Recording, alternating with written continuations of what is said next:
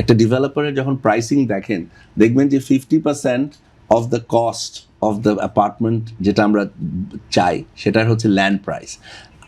আদার ইনসিডেন্টারি cost আছে, planning cost, time taken to get approvals from RAJUK, there are other hidden costs যেটা আমাদের cost বাড়ায়, plus building material cost. এই যে building material cost is so uncertain.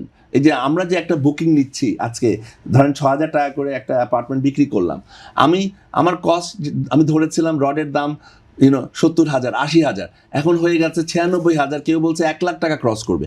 আমি as a developer আমাকে সেটা absorb করতে হয় কস্টটা। পদ্মা সেতু, মেট্রো রেল এবং এলিভেটেড এক্সপ্রেসওয়ে নির্মাণের গর্বিত অংশীদার Bashundhara cement. Material cost is very uncertain, global uncertainty isn't helping, আমাদের সাহায্য করছে না।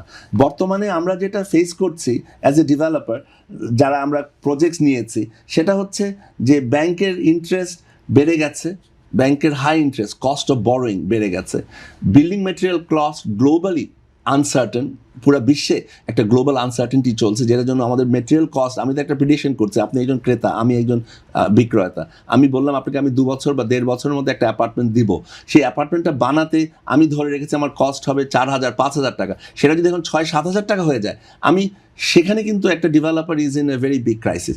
আরেকটা হচ্ছে যে there should be some incentive বলতে ভাই যেটা বলেছেন যে ব্যাংক সুদের হার, আমি যদি একটা লোন নিয়ে ব্যবসা করব, সেখানে যদি আমাকে 15-16% সুদ দিতে হয়, সে কীভাবে আমি দিব?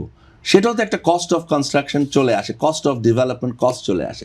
আরেকটা হচ্ছে যে আমাদেরকে এখানে বলা হচ্ছে যে প্ল্যানিংয়ের টাইম, একটা প্ল্যান পাস করতে বর্তমানে 1.5-2 বছর লেগে যাচ্ছে, এক্স্যাক্টলি, এবং that cost is also adding to our development cost. এই 2টা বছর আমি একটা ডেভেলপার একটা প্রজেক্ট নিয়ে আমি বসে থাকতে হচ্ছে, এবং এই খরচ করতে হচ্ছে, সময়, টাইম ইজ মানি অলসো। তো এই জিনিসগুলি যদি সরকার আমাদেরকে সাহায্য করে, আমার মনে হয় যে আমরা একটি সুন্দর পরিকল্পিত শহর করতে পারি। শহরে ডিমান্ড থাকবে, মানে আরবানাইজেশন ইজ এ ফ্যাক্ট, এটা কিন্তু আমরা চেঞ্জ করতে পারবো না। আমরা যদি চাই যে সবাই আমরা গ্রামে চলে যাব, সেটা সম্ভব হবে না। আমাদেরকে যেটা করতে হবে, সুন্দর মতো আরবানাইজেশনটাকে প্ল্যান্ড ওয়েতে করতে হবে।